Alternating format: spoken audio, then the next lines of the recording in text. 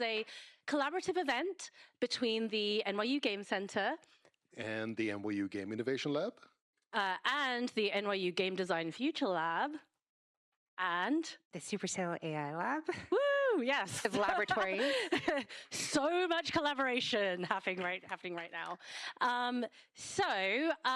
Again, thank you all for being here. We have this very special guest here tonight, Jessica Jung, who is here to talk about the work that's happening at Supercell. But yeah, let's get into it, right? Let's get into it. So let's introduce ourselves. So this is a fireside chat. There is no fire, but, you know, it would be cozy if there was one. Hope it stays that way. That's right. So myself and Julian are the moderators. But you should probably know who we are. So Julian, do you want to go first and introduce yourself? Hi, I'm Julian. I wanted to be a philosopher, but I became an AI researcher working on video games. And I do work on learning to play games, learning to design games, learning players and things like this. I occasionally write books about this and a lot of papers. And I run a game innovation lab. Some of my lab members are here tonight. Awesome. Yeah, and you know, as you can see, Julian literally wrote the book on AI and games several times, actually. Oh, that's me. So I am Mithu Kandekar. I'm someone who's done a lot of different things in games for a long time. I've spent, you know, almost 2 decades in the space, both like academic and indie and other things. So I am a professor at the NYU Game Center. So I've been here since 2015, teaching game design, game development, and all kinds of things. At the same time, I've also done lots of things around the games industry, largely touching actually things around AI and AI-driven characters and things like that. So one of those many things was, actually, Julian, you asked me to talk about what I was doing with Red Shirt a long time ago. So I made, literally 12 years ago now, I made a game called Red Shirt, which was like, what if characters on Star Trek Deep Space Nine had Facebook?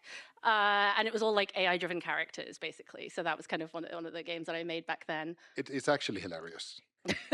Thank you. I appreciate the endorsement. I mean, for those of us who get the various nerdy references.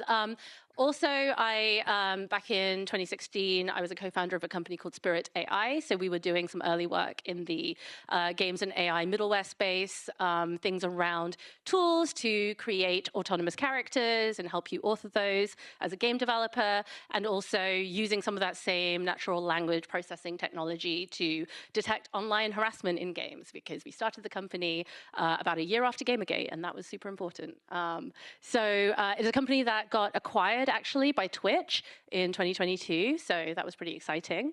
And then I started a company called Glow Up Games, which was a company, which is a game studio centering Black and brown stories in games.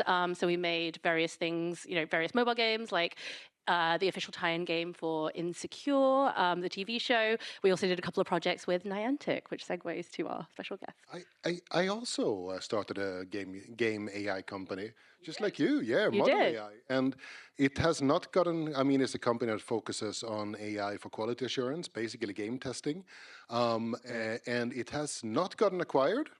It also has not folded yet, and hopefully it won't fold. But you know, we tried 100 things that don't work when it comes to AI for game testing.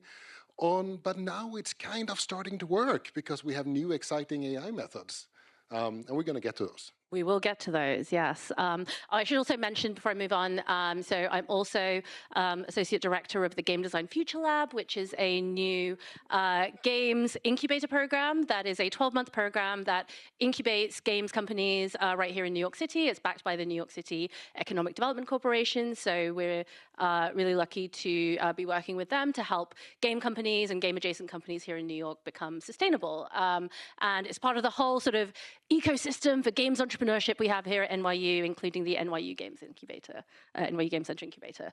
But enough about us.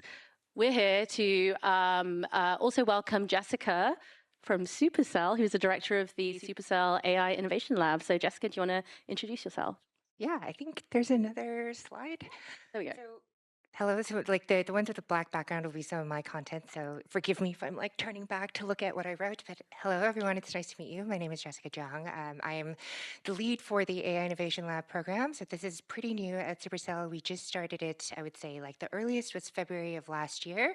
I was brought on to Supercell in August to build out kind of this SF lab, and then of course I'm going to talk a little bit more about it, but we have a global presence. In terms of like areas of gaming that I've worked in, I started my career in AAA games kind of on like game engines, photogrammetry, you know, some of the early like graphics rendering technology. Did a stint in mobile at Niantic where I've intersected with some of you all. A lot of stuff in AR, VR. Did a lot of R&D and prototyping, so like integrating open source AI models into some of our characters. This is like back in early 2023. So towards the kind of more recent years of my career, doing a lot of like R&D, intersection of interactive entertainment and technology.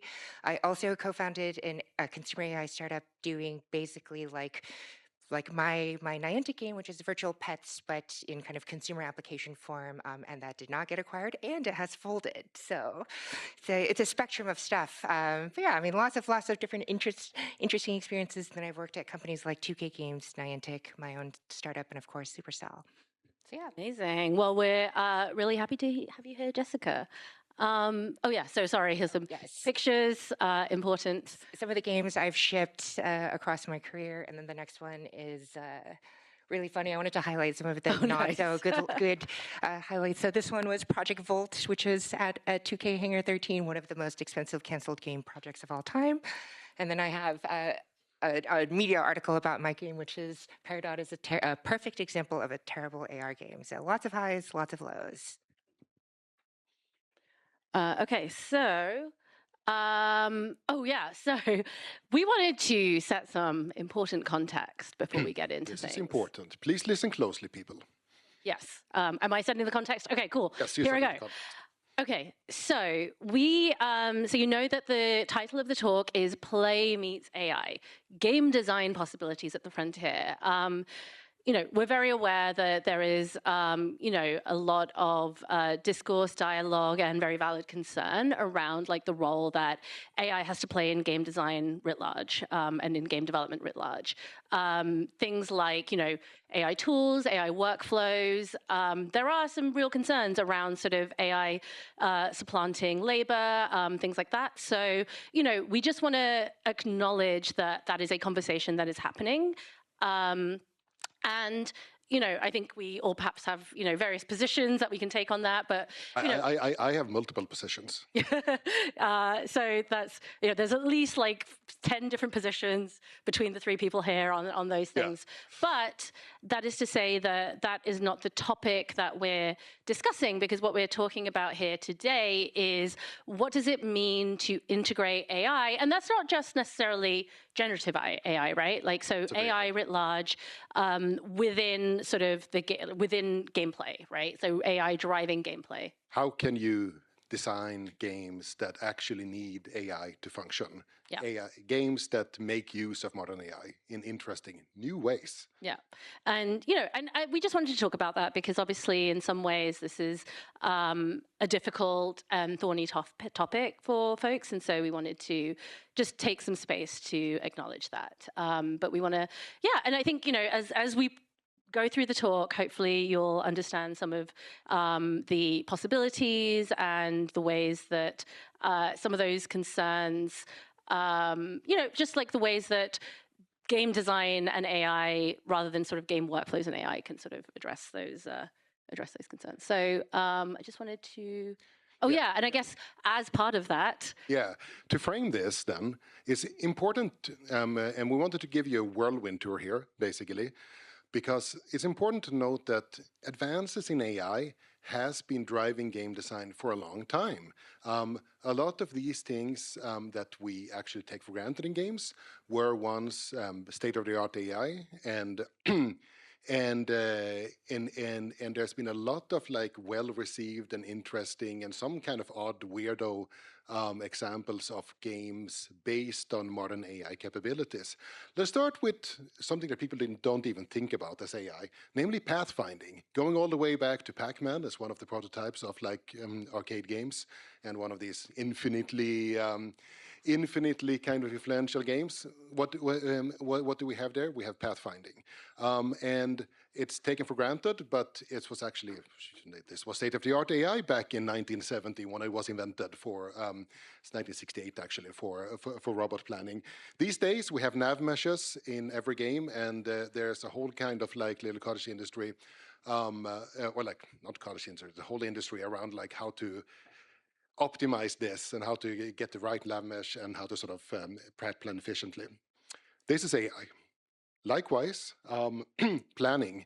Planning features in a lot of different games, and for a long time this was done with finite state machines. Behavior trees is a more modern thing, but something happened around 20 years ago, which was basically that planning algorithms based on tree search came into the industry, and the game that often gets cited as like the breakthrough here was Fear, First Encounter Assault Recon, which a lot of the gameplay value comes from planning algorithms driving the NPCs. Shadow of Mordor is another game that is famous for its NPC AI, also building on a similar or a planning method derived from what was used in Fear.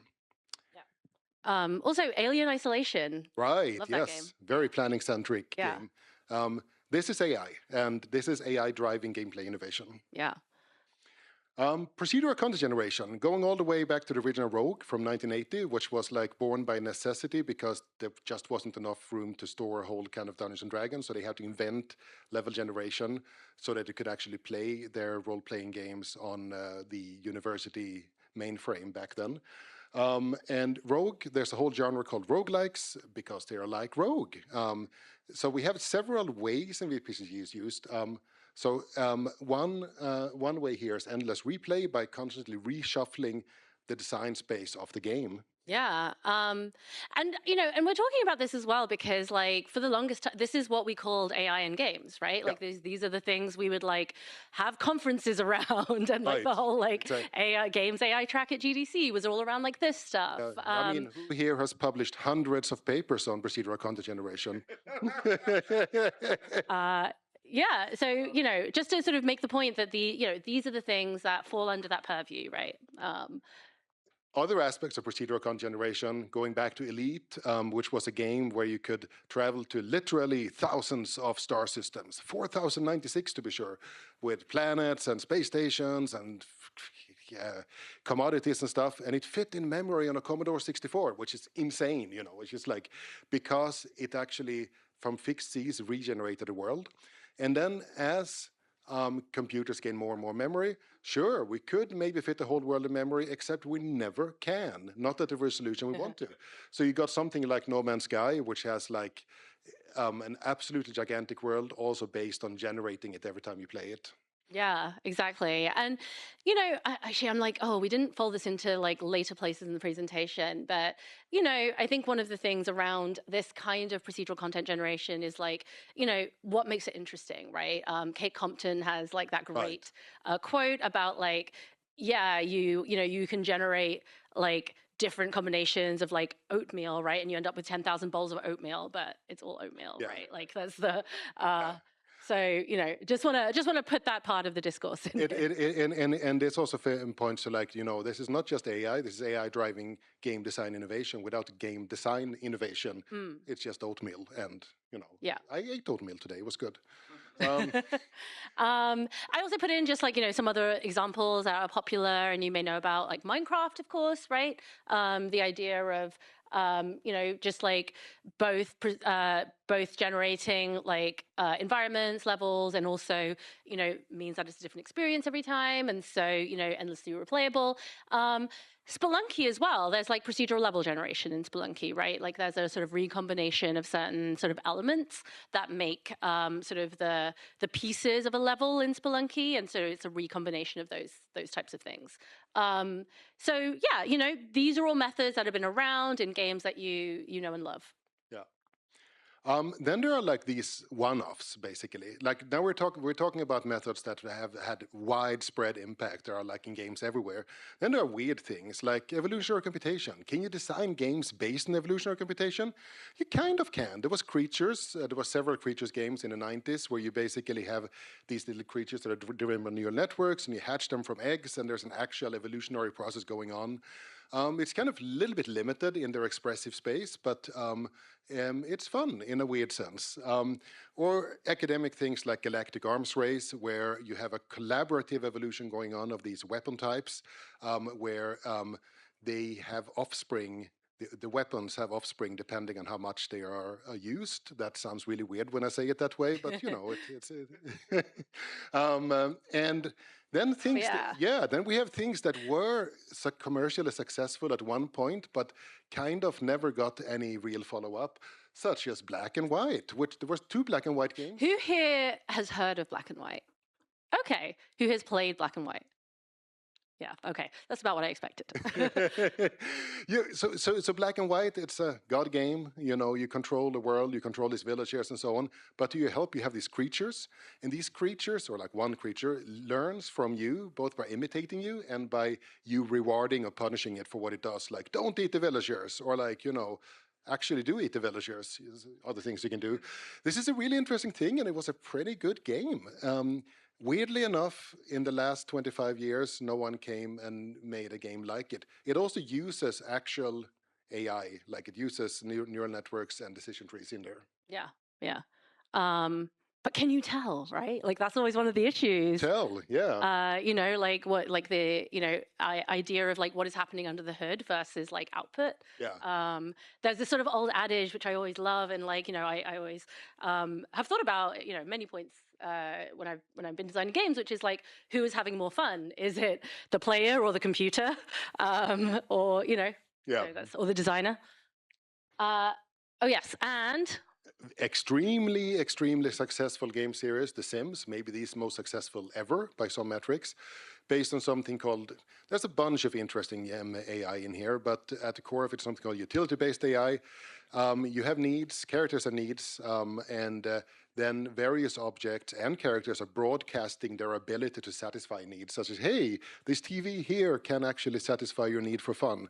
Unclear whether that's actually true, but you know, and then this guides how how people interact in here, the NPCs. Cool. Are they non-player characters or are they player characters?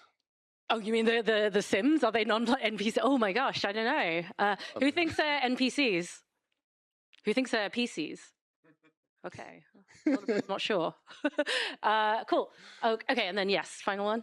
Yeah, final one. Another one-off. Scribblenauts. Who has played Scribblenauts? Some version of it? Okay, awesome. That's actually probably most of you. You can type almost anything into the game and it materializes. And then you try to solve various puzzles with it. In some senses, it is an utter failure as a game because you can usually cheese your way through the puzzles. But as a playground, it's amazing. You can just like conjure all these weird things and observe their interactions. And this was successful enough to have a number of releases of different versions. Still not really follow up. This is basically based on a giant ontology and text resolution. Basically, the classic symbolic AI. Still very ambitious symbolic AI. Yeah. And I don't know how many times I've heard people saying, "I'm gonna do Gen AI Scribblenauts." Yeah. I haven't seen it done well yet. Yeah. But that's a good segue. So if we go to the next slide. I'll be in the middle, so I can't escape. I'm gonna sit down. Or yeah, totally. And feel free. Yeah, you can stand in the middle if you want to, or wherever you want. I'll just hang out. But you know, given all of this, like we wanted to give you some background, right, into the idea of like games as a kind of frontier for AI, game design, and AI, and sort of innovation that's long happened there. You know, I think you can take that long view, right? Like games have always kind of existed at that sort of intersection of our sense of play and whatever technology was available to us at the time, right? If I'm being very Games 101 about it, you're going back to like Knucklebones and stuff, right? Like, you know, whatever we had, we would play with it and make games out of it. So, you know, it's interesting now that we have generative AI, obviously we're in the age of generative AI, and you know, we're really interested in the ways that Supercell is investing in this space in a way that sort of, you're not necessarily seeing a lot of other companies sort of, take quite the same approach. So we're really excited to welcome Jessica to talk about the work that's happening at Supercell. Yeah, so I guess I ended up prepping a little bit more like lecture format, but I promise, like, we're just going to speed through it. I just need to look at it because it's all in sequence. So, yep, there's me. Oh, yeah, we can move down to the side. Yeah. Okay. We can go back to the middle. So just wanted to give some context. Supercell, mobile game publisher, we made Clash of Clans, Brawl Stars, Clash Royale. Some of these games have been exceedingly popular, but we actually started as a startup in Finland back in 2010. So that's a brief history. Some of the games, I'm sure, hopefully some of you all recognize these titles. And one of the hallmarks of Supercell as a company is where the name comes from, which is cell. The whole idea is that in a lot of traditional game companies, you have like senior management, and they say like, oh, we need these types of games in our portfolios. You need like an FPS, you need an action RPG. And then they're like, okay, we have this idea. Here's a game team, go make it. Supercell wanted to invert that model where each of the clusters of people are autonomous game teams. Nobody tells them when to publish their games, when to ship them. Nobody kills their game except the game team. It's just that I think we like to say like game teams are the kings of Supercell. Like nobody can really tell them what to do. And in fact, Ilkka likes to describe himself as the least powerful CEO on the world because all of the kind of creative output that is the success of the game or of the company comes from the game studios and not from senior management. So I think that kind of informs our approach, which is we're always looking to prioritize the kind of creative minds who actually build the games at this company. Like I said, the game teams are king, so they're oftentimes highly autonomous, small teams of passionate creatives, and it's up to them to set the tone and the ambition level. So what are the hallmarks of Supercell? One, small but mighty. So a lot of our game teams are very small. I think compared to a lot of game companies, we have a lot lower employee numbers. So we're actually one of the most efficient when it comes to revenue generated per employee. So we believe in small but mighty teams. We're extremely ambitious. I think we're known for killing our darlings, as they say, and oftentimes we're very much willing to kill games that make $100 million, $200, $500 million, because when we started, we were in the business of making forever games, like games that gross over $1 billion in a lifetime. So we tend to be very ambitious, and we say, like, whenever we're doing something, we're going to do the craziest, most ambitious version of it, and we're going to shoot for the moon. And when you try to do the most ambitious version of lots of things, you fail and land on your face all the time. So we celebrate failure by drinking champagne, because it's an opportunity for us to learn. So I think that kind of summarizes the development ethos of the company fairly well, and that gives you context for why we're doing stuff in AI. So I'm going to take you back to 2012. This is the CEO working on top of a cardboard box because our office was very small. So he goes to GDC and he brings in an early prototype of Heyday, which is like Farmville but on mobile. I'm sure they're not very happy with me saying that. This is a screenshot of early Clash of Clans. So he takes these two things to GDC and he shows like a bunch of investors and a bunch of game industry mentors, and they ask him, who would ever play this? Like, this isn't a real game. And so even though the feedback was discouraging, Ilkka, the CEO, continued developing it because he was getting players coming up to him and saying like, oh, I stayed up all night playing this. And of course, like over a decade later, Clash of Clans and Heyday, went on to gross billions of dollars. And I think the metaphor here is that back in 2012, all the incumbents in this space didn't take mobile gaming seriously, and that allowed a company like Supercell to seize this opportunity. And today in 2025, I think as a company, we see that AI games represent a similar type of opportunity, and if we don't really take it seriously, and if we are the disbelievers of this opportunity, that we have doubts about like, oh, this could never be a game, or like, this isn't fun, we don't want to give it a chance, then I think we risk a young, hungry startup just like Supercell was back in the day coming in and disrupting us. So introducing the AI Innovation Lab concept.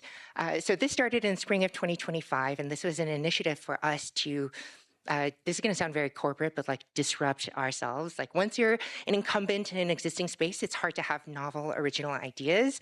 Oftentimes those original ideas come from outsiders, from young, hungry startups, from newer creative minds. So we wanted to incubate a lab where people could have the funding and the resources to like play around with concepts and take a bunch of risks.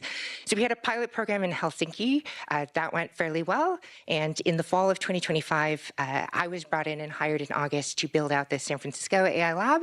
That went also very well from September to December. So now here we are today in spring. And now we're running a global lab program in 3 locations in Helsinki, San Francisco, and Tokyo. We're going to do some shameless plugging time.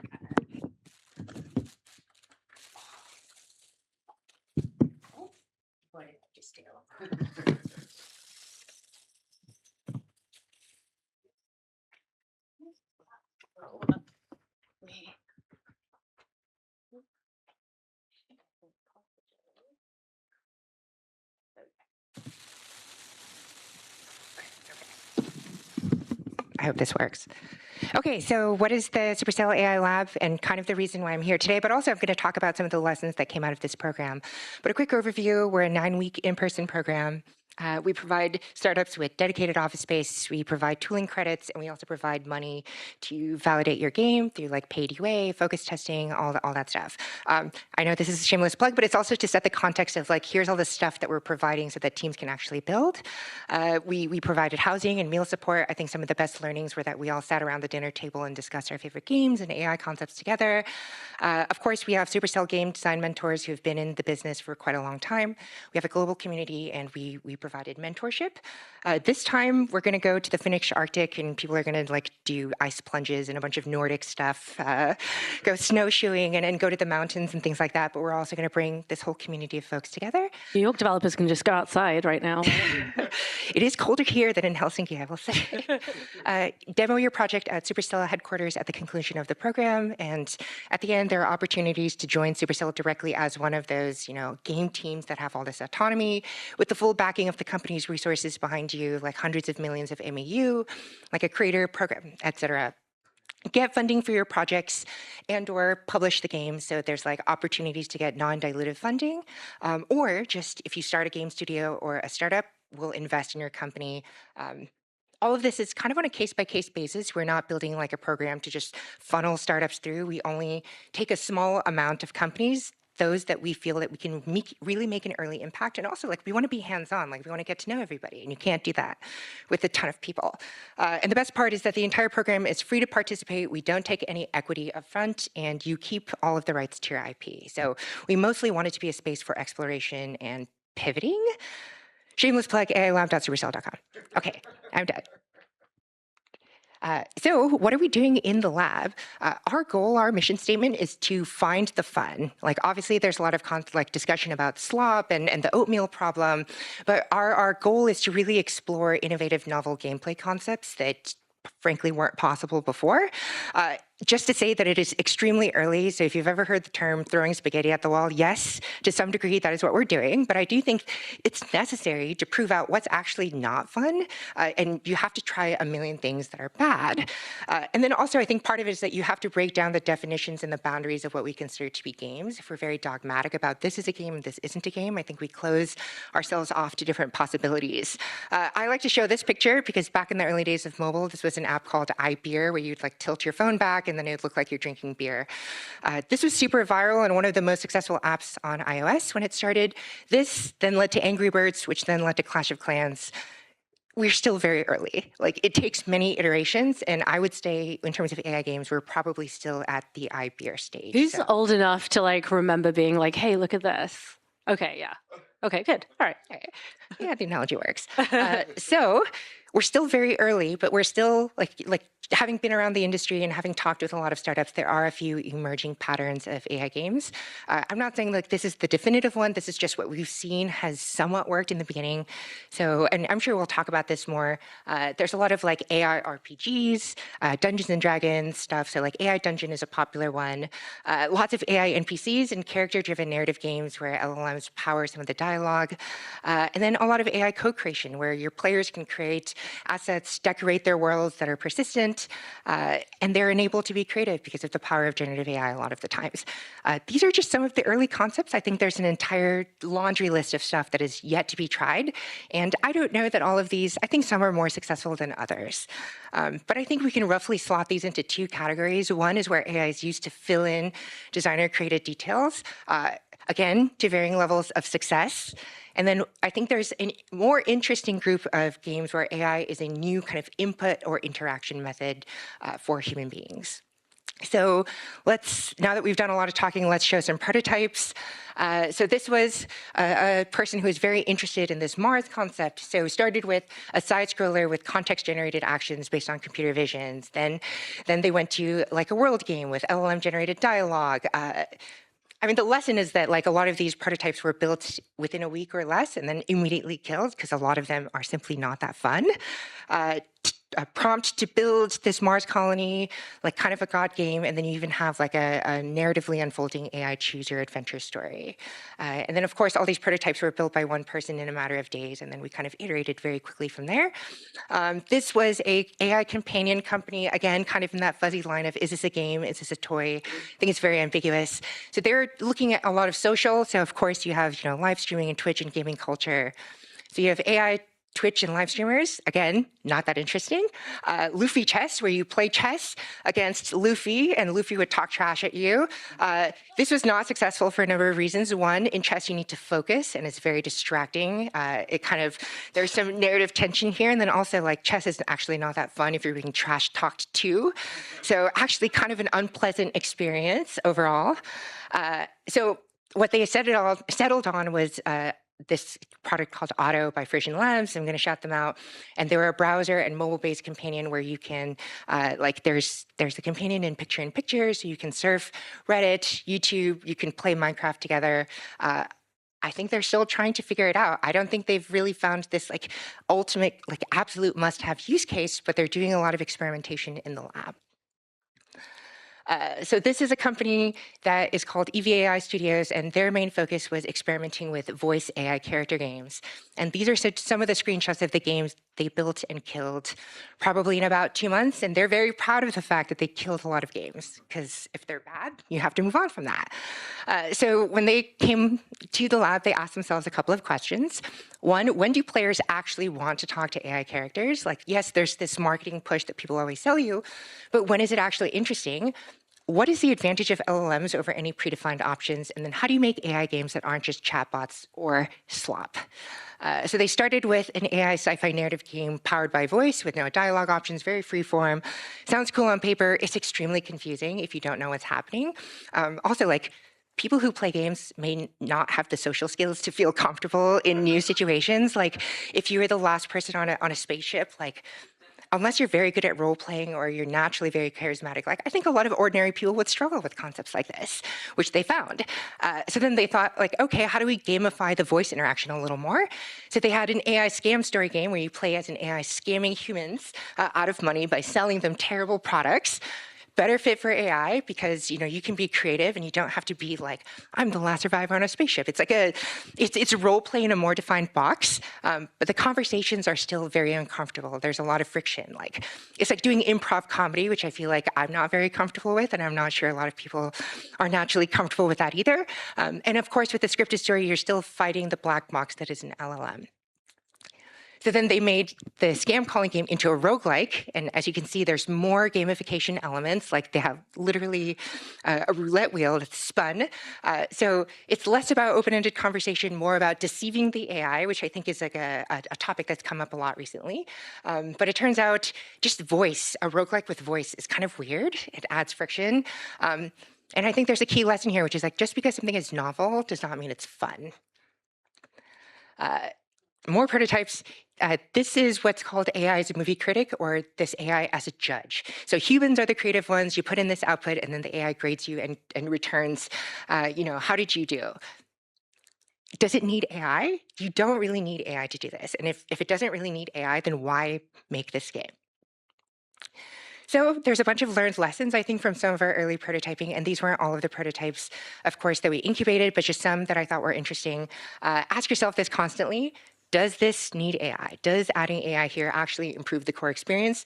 And if it doesn't, then chop it. Like literally cut it out of every single place that is not necessary. And there's this concept of a minimum viable product. Maybe there's minimum viable AI product. What is the one place in the core game loop where it actually makes a difference? LLMs are a black box. And the nature of fun, I think from game design perspective, is that you have a goal. Then you have a goal, you build a plan on how do you achieve that goal, and then you execute that plan. Whether or not the plan works is less important than whether the player understands what their objective is, what they're doing, how they can improve, and whether they get feedback and understand whether they've passed or failed. Can you use AI to give you more feedback, a la this AI as a judge? Or are you just using it as a non-deterministic black box and players don't really understand whether they're doing better or worse in the game that you've outlined? And then let's talk about voice and ultimately what we call the friction to fun ratio. If you had an Alexa, it was terrible. There's a reason why they killed off the product, which fundamentally is like if you interface with something and the interaction modality has a ton of friction, then you need to make the payoff good. And I think in the case of Alexa, voice adds a lot of friction, but it wasn't very good at doing the thing that you wanted. So if you add friction, you need to provide more fun as a payout. And the reminder is that your competition as game designers is TikTok, which has minimal friction. You can scroll endlessly, and not all the content on TikTok is good, but there's lots of stuff that is occasionally good. So it turns out that adding voice input to your games with AI adds a tremendous amount of friction.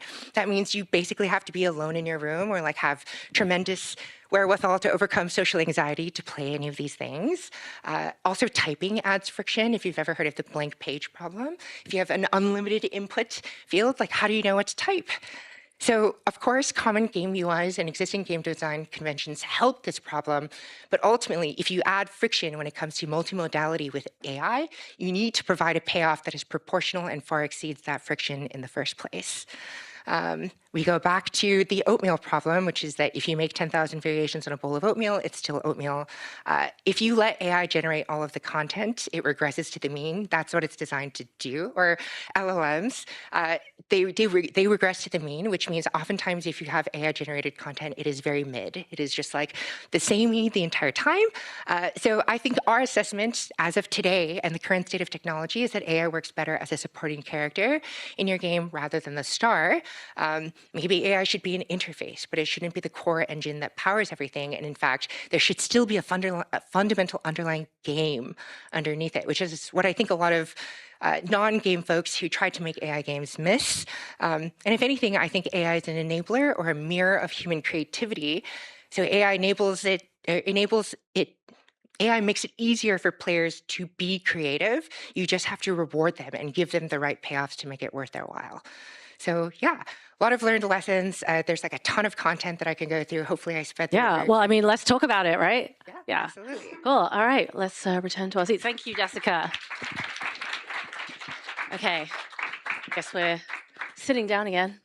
So wait, I want to ask you though, because, you talked about all of these different prototypes, but through your process as the accelerator, you do pick some teams that kind of are the successful ones that like get funding from Supercell or like possibly get acquired by Supercell.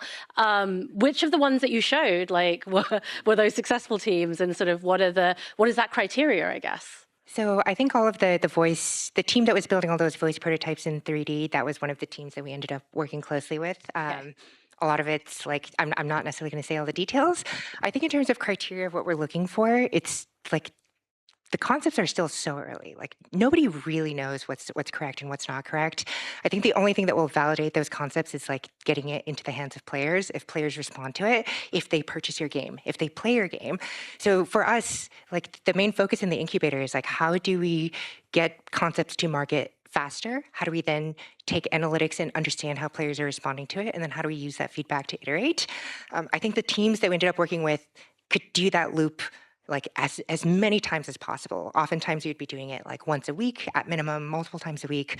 How quickly can they iterate? How quickly can they pivot and kill concepts? Yeah, I think that's the criteria. And then, of course, like, do you have an opinion? Do you have taste? Like, do you have this idea of intuitively, and you can say, like, this is a bad game, this is a good game. I like this, I don't like that. Like, I think just trying to like have a checklist of features, like, not very good. I think because it's so early and there's no like best practices or design conventions, like, people who experiment are building those conventions. So people who have strong sense of design and subjective taste about what they like, what they don't like, I think that makes a tremendous amount of difference. So it sounds like, as with many things, is true of many things, it's not that you're investing in like these concepts or whatever. You're very much investing in the team, right? And their ability to iterate, to work together, to like have that, great design sensibility. So it's not. And when folks apply, do they apply with concepts, or like how does that work? So I think we look at teams like at a variety of stages. So we've taken a team that has existing products in market. They're doing like feature revisions and stuff on top of it. We've taken a team with just a concept. But I think what's most important is that they have a track record, both as a team and that they've shipped many games in the past. And then I think the third point is that they have a very coherent hypothesis about why they're doing this. This is the problem that they're tackling. They're the best person to do this.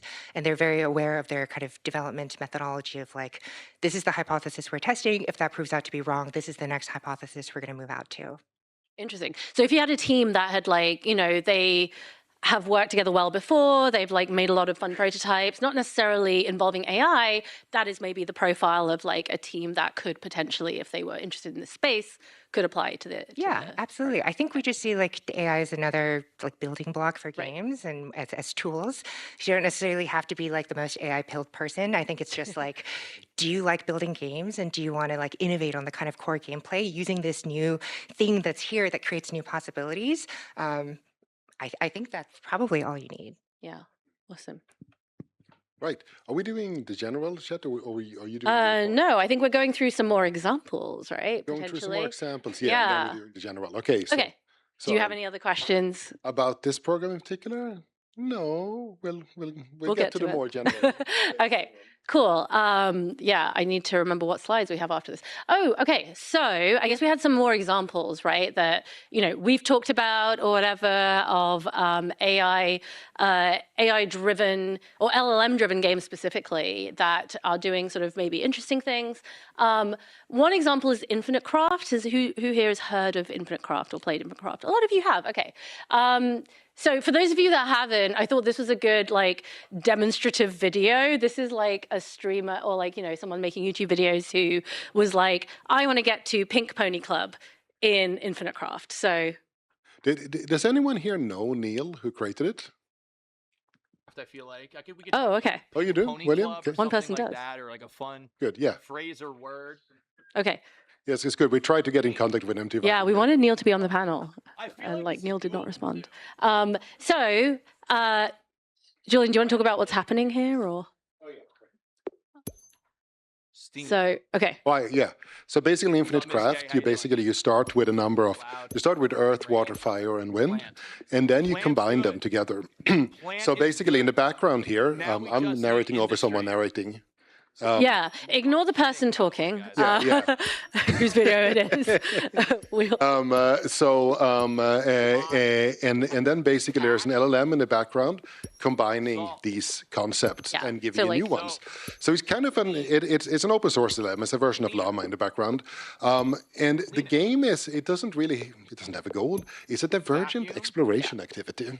It is, and I think the goal is perhaps to be the first to discover a particular outcome or a particular. You get a little flag or whatever it is when you find a new word that no one has found before.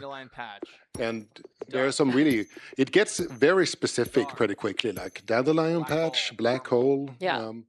And supernova. Supernova. It's interesting because you're sort of like outsourcing this idea of like, you're asking this LLM merge this thing and this thing, right? And it's not always deterministic necessarily. So it's like the interesting thing here is that in terms of interpretability and like being able to build a mental model of what's going on in the game. Sure, the LLM is a black box here, but on the other hand, you build up a very strong model of what the conceptual combination does. I mean, you keep second guessing it all the time, which I think is a good criterion for using it as a game mechanic.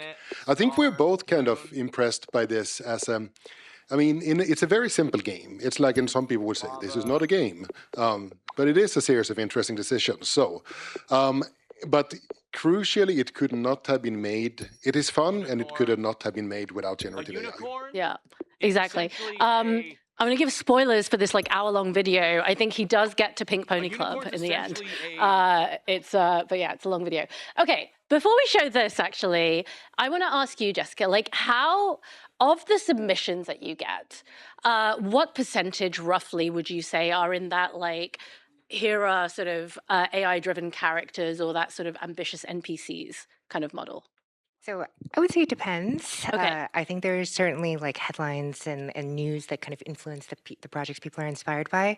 I'd probably say in the spring and in the fall, like at least 40% or like some variation on AI NPCs.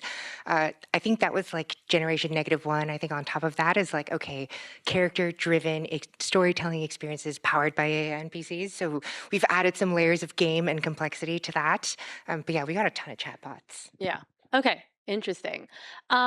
We were hoping, so Eddie, who is in the wider Game Center community, who, Eddie, are you here? We were wondering if you were here. No. No, okay.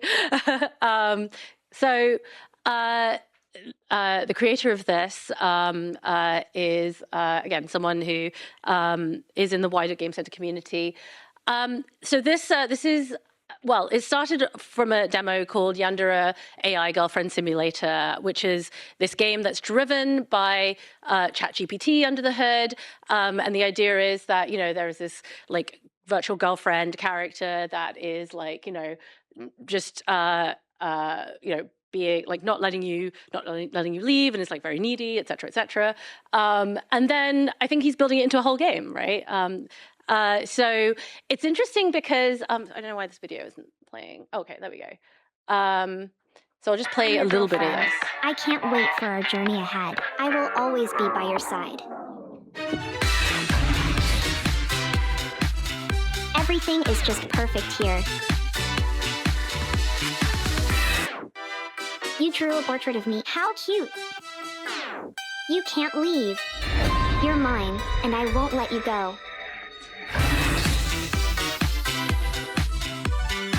We can bake something together. Let's have a dance party. I can't just give you my password. It's for your own safety. So it's I think this is like a sort of escape room, right? That involves this, you know, this girlfriend character, and you know, and it is very much like, you know, what do you think you are doing? ChatGPT. Anything else you want to say about it, Jessica?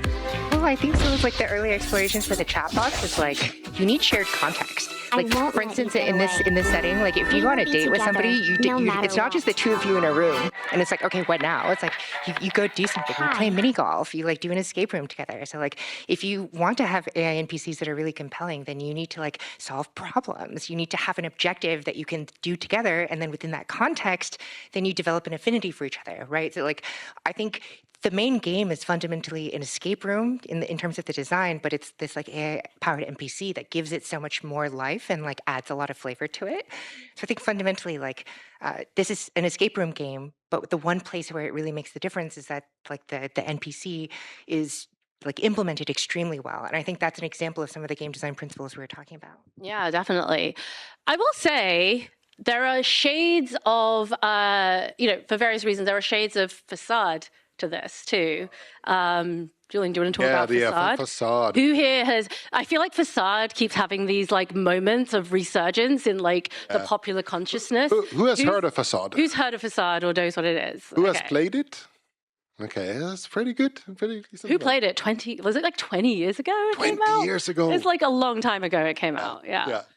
So it's another kind of NPC game, but it is built on AI, very ambitious AI. In fact, so ambitious that it hasn't really had any real successors. They built the whole programming language in order to build a game called Able, a behavior language, and it's all logic-based AI. Your task is you come into a couple who is quarreling and maybe on the verge of breaking up, and your task is perhaps to convince them to not do that, or perhaps not. And there's a whole kind of like little genre of videos on YouTube of people going into Facade and playing it and doing weird stuff and getting really strange responses. Mm-hmm. Yeah, exactly. And I think that, you know, it's that the goal there is a social goal, right? It is a goal that involves the characters, which is something that's interesting, that hasn't, as you say, it hasn't necessarily been replicated. One thing I do want to ask you about, Jessica, because like something like this, or like many of the examples that that you showed, you know, one of the barriers to entry, perhaps, of like LLM-driven games is this idea of like scalability, right? Like, you know, you need like an OpenAI token or whatever, or you need, you know, to be able to like pay for access to like, because you're accessing this model, and that gets really expensive if you have a hit game. Can you talk about that a little bit? Like, how do you think about that? Yeah, so I mean, like, I think at Supercell, we're obsessed with this like Supercell scale game, which is like, you know, we have hundreds of millions of MAU.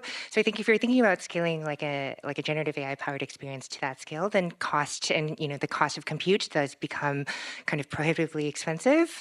Like some of the AWS bills of some of the startups were like borderline untenable. So I do think, you know, that is a factor, but I think when it's still so early and you're doing so much kind of experimentation purely on the player experience side, the goal of our program is to subsidize this cost as much as possible so that you can really innovate at the frontier and like try to unlock stuff from the capability. That being said, like I don't think, you know, using the best models and like racking up the bill is the only approach. I think we've done a lot of experimentation both internally at Supercell and with some of the startups about, you know, small language models, local edge computing, things of that sort. So I just feel like it's still so early that it's not necessarily that like you're going to be locked into one cost structure or anything like that. There's just so much innovation that has yet to be explored, especially about models that are hosted, for instance, on mobile phones or are optimized. I think it's an open question of like how powerful do the models need to be to actually make a compelling game experience? And frankly, I don't think anybody knows. And I think that's kind of our goal, is to like figure out a lot of these questions. Yeah, that tees up perfectly for the last set of prepared slides that we have, and then we're gonna we have some more like questions that we can chat about amongst ourselves, and then we'll open it up. So I want to talk about a personal project that I'm working on. Well, firstly, I want to preface this by talking about, you know, we talked a little bit about AI-driven NPCs, right?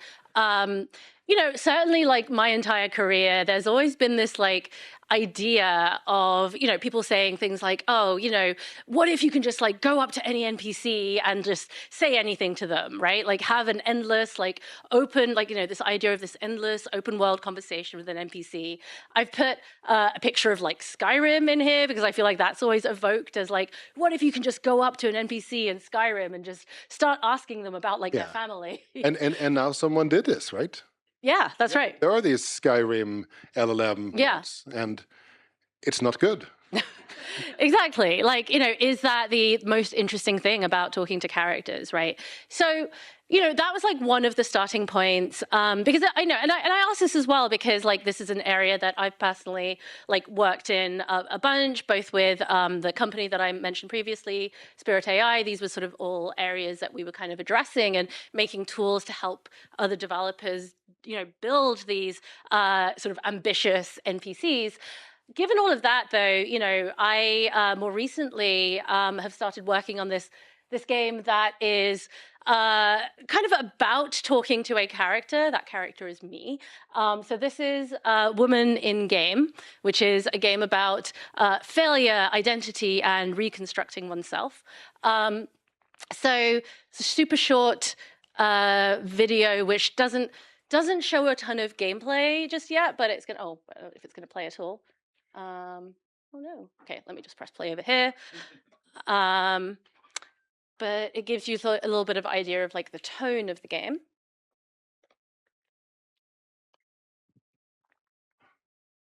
All right. Hi, everyone. I'm Mitty Kandekar. This is not an AI-generated video. That we're seeing more games than ever before expressing the personal. You know, if you have the ability to have repeated interactions with a game character and have it go completely differently every time, that would be super interesting, right? Games which help the creator deal with deep personal losses, numerous studio closures. The games industry is, it's pretty amazing, actually. Trying to make games less toxic. This is a great industry to get into, right? So the idea is that you're kind of, in this game, it's about sort of this idea of like what, so that's an archive of like some of the talks that I've done over the last 15 years that just exist out there, right, in the public. So this idea of like, what does the internet know about me and who does the internet think I am? And sort of looking at that versus like looking through his computer and looking at sort of things like personal notes, etc. And this idea of like constructing my identity and exploring, you know, exploring like me, I guess. But the reason I wanted to work on it was because, firstly, I'm just really interested in working on, you know, something more vulnerable and personal. Sorry, I'm just going to go to the next slide. But really as well about this idea of like conversation as a central gameplay mechanic, right? Sorry, I'm just gonna go up to slideshow mode. So conversation as a central gameplay mechanic, like how do you really center conversation and make that interesting and fun? Like the idea of constructing conversation is something that's interesting. Plus, the part that I really want to talk about, and the reason I bring it up is because also, to make this game, it's a lot of like fine tuning. So it's fine tuning an LLM, a model that runs locally as well. So it just runs off of my computer. And I like this idea of like a handcrafted LLM, right? Like we think of LLMs and a lot of dialogue and discourse around LLMs as being like, you're sort of supplanting a lot of the work that you do otherwise, etc. But some of this for me is very much about like, actually, no, to make this game in the way it needs to be made, it actually takes way more labor from me than it would have been if I just made like a choice-driven narrative game, right? So this idea of like just how much work it takes to really fine-tune an LLM to be authentic, but also it's one that runs locally. So yeah, I mentioned this. So conversation is the core mechanic versus conversation that augments other mechanics, which is a tension that I'm always like grappling with as I think about this. Like, how do you actually center conversation versus have conversation be like secondary to something else that you're doing, whether it's like looking through like archives on a computer or whatever. And then also that this creative challenge around like the fun of, as you were mentioning, Jessica, like that actual conversation piece where you're like constructing what to say, how is that interesting and fun versus like just giving you a blinking cursor and facing that blank page problem. So I'll skip over this really quickly just because this is more about like the prior work that led to this, stuff that I did at Spirit AI. But, you know, interfaces don't always have to be just like that blinking cursor or freeform text input. They can be more interesting or sort of recombining sort of more dynamic like dialogue input options. And then also part of this is around like what kind of data does it take to effectively simulate me? And is it interesting for the player to also simulate that like constructing a person from things that they found. The real reason I wanted to talk about this very work in progress project, though, is because as I was sort of going through the early prototyping phases of this, and this is something that I've, you know, worked on very much on and off for a little while now. You know, my life was made much easier when this plugin came out, which is LLM for Unity. So anyone that's like interested in working, you know, is working in Unity, interested in working with LLMs, I would recommend this because it allows you to run models locally. You know, and whether that's like, you know, you're training your own and you're downloading it locally, it just creates a really simple interface for like loading an LLM onto your computer and then being able to hook it into gameplay. And it doesn't, I think there's all these things around like being able to create some out-of-the-box characters and just do some custom prompting, but it doesn't have to be that. You can like customize it a whole bunch as well. So, you know, anyone that's like interested in messing about with this stuff, I just really want to lead you towards this. But yes. Oh, I guess I wasn't done with the shameless plug, it turns out, after all. So one other thing is that we are hosting like what we call the Global AI Game Hack. It's a game jam, but it's a game hack because there's also a track to build, kind of experiment with AI technology. I guess the shameless plug is that this is starting tomorrow. So I don't know if folks are available to participate, but you can participate online and remotely. We've got a bunch of different locations. You can find the event on Luma, and there's stuff happening in the San Francisco office as well. So we are trying to host a lot of events like this and provide incentives for people to just like try stuff. And I think the one thing I would want to say is like all of the prototypes, I would seriously challenge everybody in the audience, like you absolutely could probably make a lot of prototypes that are way better than the ones I've shown. I think it's just that like we need people taking risk and experimenting and doing things and like really just trying. And we're going to go through a lot of things that don't work, but I think that's kind of the objective. So yeah, absolutely. So I guess please take your seats again. I think a couple more topics that we didn't like address just yet. And please start queuing up and thinking of questions that you might have as well while we chat amongst ourselves. I guess, yeah, Julian, any questions that you have? I mean, we're in this thing presenting things. I don't have anything to present off my own yet. I just wanted to draw attention to like various reasons you can do this. So sorry, I'm just calling out Maria Edwards here, my PhD students in the audience. We were talking about like, you know, the weird emotional reactions you can have to like AI being so capable at doing things.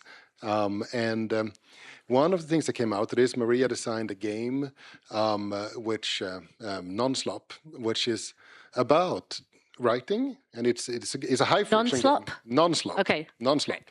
And it's a game about writing not like an AI. Basically, you take the basic idea of what does autoregressive model like an LLM actually do? Well, it predicts the next word. Okay, so now you are doing this, and you want to write the next thing that the AI would not have written, which is like, it's kind of driven by an anti-AI sentiment, but that can be a good, valid reason to sort of build an AI-based game.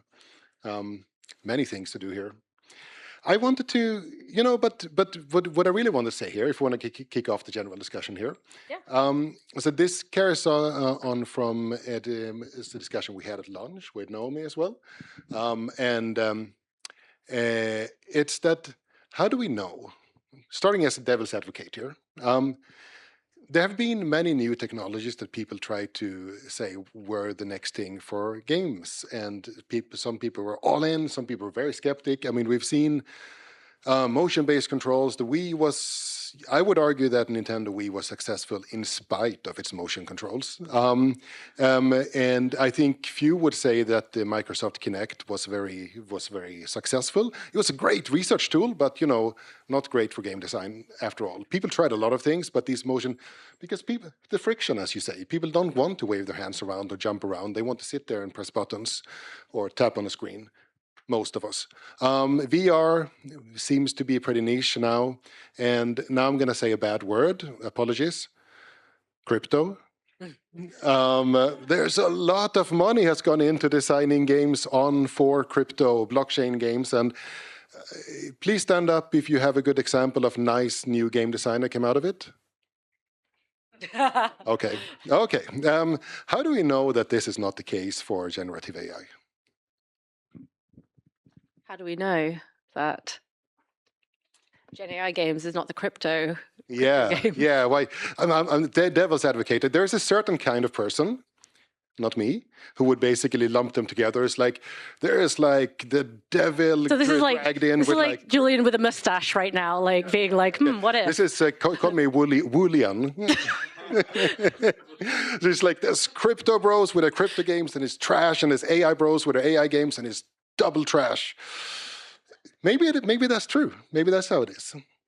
I mean, I feel like maybe there's like degrees of difference, and it's not necessarily like a black and white answer.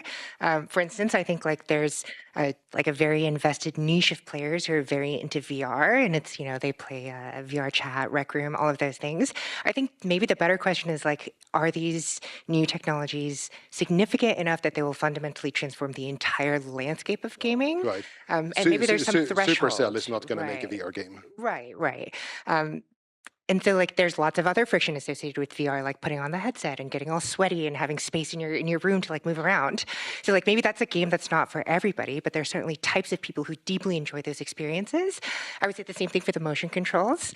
But again, I think fundamentally that that was technology that was seeking a product, like that people got excited about the technology and then they said like, let's build stuff in that field. I think crypto is very similar. Here's this new technology that people are very excited about. How can we apply it to the place that makes the most sense? Again, like I don't think those things ever centered the fun of crypto games, which is I think why oftentimes those things aren't very fun and you play them because you want to make money and you want to speculate on coins. I think with AI, like I do think there is a risk that if what we define as an AI narrative game or an AI native game is motivated by the fundamental technology, then that's probably not like the best place to start. And that's how you get things like slop. But I think if you try to explore within that space of what is actually fun and you start with the game and then you think about game design that gets unlocked, like maybe that's a better approach. I mean, I think I have my own personal reasons to really believe in the capabilities, but also like I'm very willing to admit that I could be wrong. Or like maybe won't have as much of a transformative impact as we thought. But I think as a company, as Supercell, we're very much willing to take risks on things. And if we're going to do something, we're going to fully explore it. And we could very well be wrong. I mean, I guess like, you know, speaking of crypto and sort of, you know, some of this is around like player attitudes and like what people are willing to adopt or not. You know, I think we can't ignore the sort of, I mentioned the sort of caveat around this tool is this talk is not about tools, et cetera, et cetera. However, you know, we can't ignore the sort of landscape of sometimes sentiment, right, around like AI in games and something like, right, like the Steam tagging stuff, where if there is AI, you know, most of you may be aware or may not be aware, but, you know, so Steam has this system of like, if there is AI in your game, it is like tagged as such. AI in your game, meaning that assets have been generated with But AI. there is also, but I think there is also ambiguity around that, right? So I think developers, I think sometimes, yeah, I mean, the ideal is like, oh, there are player-facing assets within this game which like use AI, right? But I think there's enough ambiguity to be like, oh, if this game uses AI in some way, even as part of like the game mechanic, it should be tagged as such, right? That requires a lot of drilling down into what they mean by AI, right? Yeah. I think I think things like that are sometimes like, you know, complicating the issue. I guess like in your travels and your sort of you know, building the lab and sort of talking to people about it. Yeah, I guess like how do you think about the sort of landscape of like what players are willing to sort of accept? That was an easy question you gave me. I think like the games fundamentally have to be fun. I think a lot of like the way that people feel about AI games is like 99% of the time they're not very good. I think people who put out what they call quote unquote AI games are folks who don't like come from it from a technology first perspective, not from a game perspective. So that's how you get things like slop. I think fundamentally, if an experience is really fun and compelling and it uses AI, I think maybe that will challenge some consumer notions like Expedition 33, Arc Raiders. I hope I'm not like stepping on a minefield with any of this stuff, but you know, there's lots of conversations about both of those titles use AI in different ways as part of the game. What does that say about our attitude? Like our conception of AI games is that they're just all slop and terrible, but when games that a lot of folks really massively enjoy use it in some part of the game, like does that challenge our expectations? I think the easiest answer for me is that we just go back to the mission is that we're here to find the fun and we want to try lots of different stuff. And we don't have any like preconceived notions about what's good and what's bad. And it's mostly about experimentation. Yeah, I mean, I think, you know, we laid out the sort of landscape of the origins of AI and game design earlier. And I think like part of that is to sort of look at like how this stuff exists on a sort of continuum in some ways, right? Yeah, I mean, it's like, generative AI, people tend to think of it as like, oh, here's something that just appeared. But no, it's just like Claude is named after Claude Shannon, who sat up here in West Village and came up with n-grams, which are, in a sense, the first autoregressive model in the 1940s. It's very much in continuity with that. Like, there's like, there isn't just like, a sudden thing that erupted. Like, there is a line you can trace from the game AI that's in use for APC control to what we now call generative AI. So just like see what else can we follow along that path. I'm thinking in terms of time. Yeah, we should, like, if folks have questions, I think we're going to invite people to line up over here or like in the aisles. Is that what we're doing?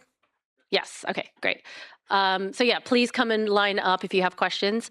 While people are lining up, I'm going to just throw a bombshell question. Oh, another one. Let's talk about world models. Oh yeah, world models. Big news this week. Yes, so basically, world models is this kind of general terms for things, generative AI that models the actual world, generates what you have. Google released something called Genie 3, which is the third version of their Genie world model. And news about it was released back in summer. I actually played with a pre-release sort of version of this back in July or something. And then it was made available to at least some Google subscribers this week, last week, actually. Yeah. And as a result, game stocks tanked. Yeah, in like companies like Take-Two, etc. And I didn't actually see this coming. Maybe because I've already sort of thought so much about this, but this was news to a lot of people. Yeah. And some people worry that this is just going to replace game engines. Because you can now type, give me GTA 6, and it will give you GTA 6 or a version. And then you play it and you're done with it. Yeah. Exactly. I have lots of thought about this. Jessica, what's your take? So, like, maybe I'll approach this from a sideways angle. Like, I think in the game industry, the companies that are the most successful are the ones that produced the content. So, like, yes, you have Unity, but the games that are built on Unity tend to drive a lion's share of the revenue. So, like, no matter what the fundamental underlying technology is, I think, like, the experiences and the kind of interaction and the emotions you can elicit, I think, are probably the most important part of the games industry. So, if world models are another layer of abstraction on top of a game engine, I think the question will not be about, are world models going to disrupt the industry? It's like, what are the new games that will probably be built on top of that? Yeah. I also think there's just like fundamental questions about state and memory and compute and all these things that nobody has really answered. So open questions. Yeah, there's a bunch of like, it's very easy to author in a sense, and you get like beautiful graphical fidelity from nothing, but you don't get state, memory. Maybe they're solvable. You don't get very good authorial control, and that's probably not solvable to the same degree. It's a little bit like the discussion now about vibe coding. Oh my God, programming is over because you can just type a prompt. Well, for a lot of things, the level of control you want is actually easiest expressed in program code. Sure, you can write a prompt and get a thing, get a game, get something, but that's not necessarily the game you wanted. And when you want to actually express your vision and actually author, then that may not be the best mode. So yeah, it's like another great tool, but yeah, it's a tool, exactly. I mean, like I think I said, like I see it as like a the home video camera or the camcorder has been invented. Like you can make movies which subvert that format in some way, like the Blair Witch Project or like whatever. So yeah, I think like we'll see things that maybe subvert world models in interesting ways. It's like the discussion has been coming again and again about how like, oh, with this new high-level programming language, this new graphical programming language, this new LLM, this whatever, anyone can write software. So like software is cooked. Yeah. And somehow there's people still make a living for making software. So yeah. We have questions. Yes. Hi, I'm Yo-Yo. I'm a student here. I have a question for Jessica. In one of your slides, you specifically made a comparison to TikTok as being a super low friction and like a mid-level entertainment. Is there a reason this is like you made this specific comparison? Because it seems, I mean, obviously the attention span, you're like an AI product is competing with like regular game as well, and just by like the AI RPGs are competing with you going out with friends to play regular D&D. Is there a reason why there's a comparison to like TikTok specifically, or like low quality but low friction content? I think it's just like games are an entertainment product, and like part of entertainment is that people have to spend time on the entertainment. So you're mostly competing for time spent. Like you want your players to like, I guess in this instance, like they come home and do they hop on Valorant with their friends? Do they, hop on League or Minecraft? Do they go on TikTok, or do they play, the new game that just came out? And I think when, as a game developer, if you're trying to build an audience, the competition is the variety of alternatives that exist on the market for consumers. I think maybe 20 years ago, the options on the market for consumers when it came to digital entertainment were a lot less, and there was fewer games, fewer experiences that could compete on that scale. But now you have a lot of options. I feel like I've weaned myself off of TikTok, but there's like some really good TikToks on there that are very viral, and the ability to infinitely scroll kind of keeps people locked into that. And so I think that's the kind of next level of competition, is like you really have to compete for their time. And I guess as a follow-up question, because TikTok occupies a very specific like low friction, low. Do you think AI currently has a direction in occupying the same low friction and like low quality, or to a different direction where they can occupy a different entertainment space, like I don't know, an MMORPG or something like a high art indie game? Like, is there a specific direction do you think AI is occupying in the like modes of time span and attention that we're doing? So I would almost say like I think all of those exist on a continuum. There's like quote unquote slop, but then you have like really high art things that come out. I would probably just say like my assessment is that on the net there will be a lot of content that gets created because it's so much easier to create content. How much of that will be good? Probably a majority of it may not necessarily be good. And then I think the follow-up question is like, then as a social platform, or if you're like Steam, how do you surface the best content to your players? And I don't even think that's a question of AI. Like the number of Steam games that have come out have tripled every single year. So there's already way more human crafted games than anybody could ever play. It's more so about like when you have a ton of content out there, how do people find the best? So like where do I think AI is heading? I'll just say like, I'm not sure. My thinking is that it'll produce a lot of content. How much of it is good, I'm not sure, but I think there can be really good stuff that comes out of it. I think that's kind of our job. Thank you. Thank you. Next question. Hi, Jessica, Julian, me too. Thanks for the talk. I wanted to kind of draw your attention back to where you started and into the kind of the connection between what we would traditionally call AI in games. So, for example, we had The Sims, we had Black and White, we had things like Alien Isolation, and I'm kind of seeing that a lot of the examples that we talked about after we moved on from that were all focused on chat and text generation. And so for me, kind of coming more from the sort of game center design school, I'm going like, well, those are they're kind of boring. But it also feels like they're old news. They're examples that started a year ago. So I wanted to kind of draw your attention to help you connect the dots between what we would traditionally consider interesting AI in games and what is maybe on the frontier and what is possible now that we have had innovations with, say, more agentic versions of AI that can actually do things. And so for, as an example, what would you do if you didn't use the AI to generate text? Well, I mean, Infinite Craft was like an example of that, right? Like, I think there's example. I mean, yeah, Jessica, do you want to speak to that? I mean, I think like whether it's the characters outputting text or whether they're outputting voice or whether they're taking actions, I think it's fundamentally like what the characters are doing. Are those things interesting?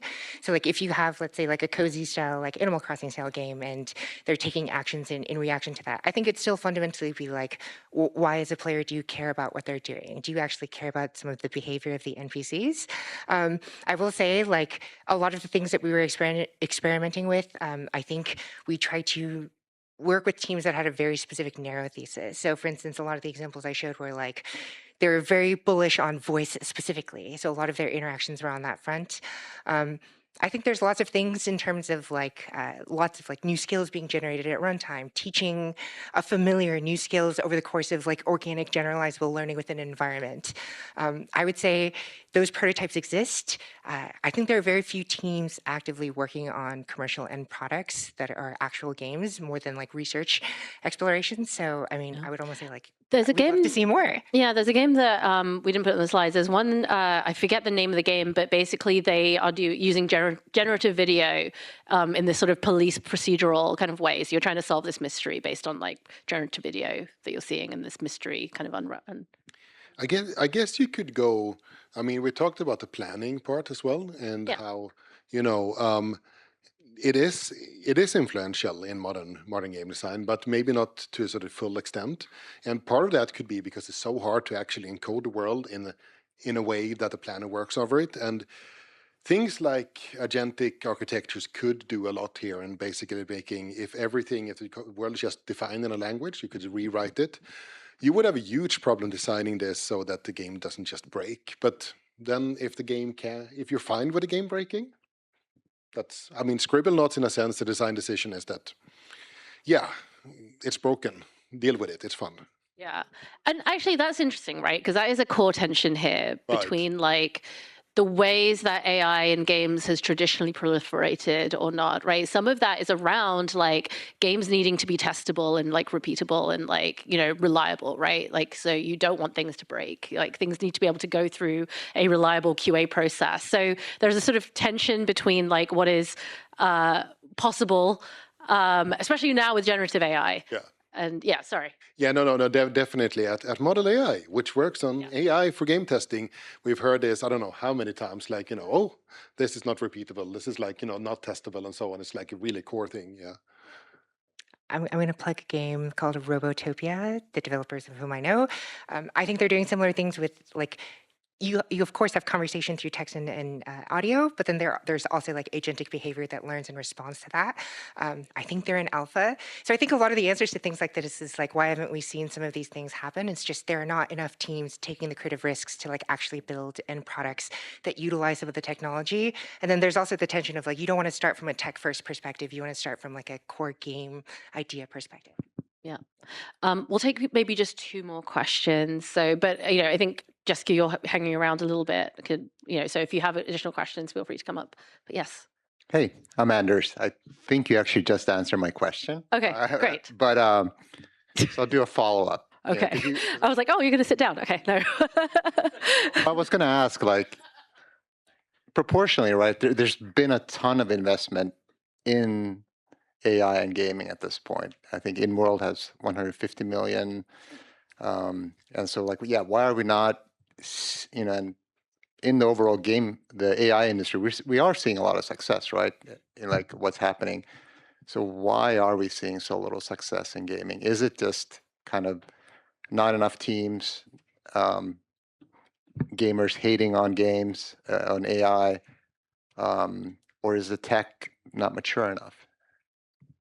I would probably say, if I had to guess, and don't hold me to this, I would suspect that a lot of the majority of the investment has gone to tooling and workflows and things like that. I think fundamentally you need teams that adopt those tools and then make hit products off of them that really break through in order for that business to be sustainable. Everybody wants to sell picks and shovels, but it's actually much more difficult to sell the content. So I also think that fundamental LLM and API providers that don't come from the games perspective may struggle, whereas I think games native companies that then implement the tooling within their own ecosystem might have a better chance. Yeah, and that's a great answer. And then also, you can look at the broader picture of the ways that the games industry is kind of contracting and sort of, more averse to risk than it has been before, less, opportunities for folks to get investment for bold, innovative new things that they're doing, which is why I think, what you're doing at Supercell is really interesting. So, yeah. All right, we'll take one more question and then we'll wrap up. Go ahead. My name is Michael Identity. Question in regards to the TikTok analogy, even the lab that you have going on, competing for attention are Roblox has, I think, 40 million games, right? People bounce very high. I think it has a high bounce rate, but they are keeping all within Roblox ecosystem. So you think that's the future, is having like young developers, indies, being a part of a larger ecosystem. So even if these folks are bouncing off of an individual game, the ecosystem such as TikTok or Roblox or maybe your lab at 2 will house all of these games in under one roof, so to speak. I think that's a great question. I feel like it trends to something in the games industry where lots of things are becoming platforms. So like games as a service, live service, UGC, like all of these things are designed to attract as many players and then keep them within that ecosystem. I think if you look at the dynamics of the market tends towards power law, where a small, like a very minority proportion of games and titles dominate time spent, spend, and players. Like, I think if you look at the state of the industry, like, the most hours that people spent on a game were all games released more than 5-7 years ago. So like Fortnite, Minecraft, GTA 5, right? So like a lot of new games don't get the light of day because the existing players are already being served by these games that have locked them into the platform. So I think there's an open question of like, does that mean all games have to become platforms? Which I would be sad if that was the answer.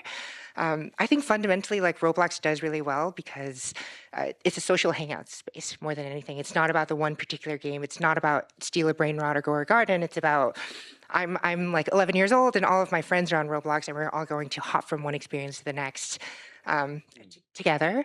And then I think the other thing is like actually Roblox has very robust social discovery. So even though there's like hundreds of thousands of games, they're actually very good at servicing the games that are actually quite good. Community is super, right. super sticky. Yeah.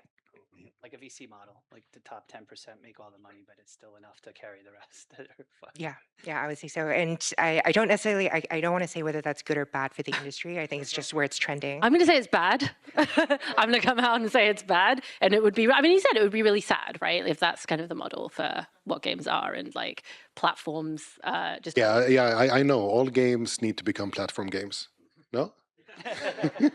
And with that, we'll wrap up. I appreciate it. All right. We just want to say a huge thank you to Jessica. She's come out to New York for 36 hours to come hang out with us. So thank you.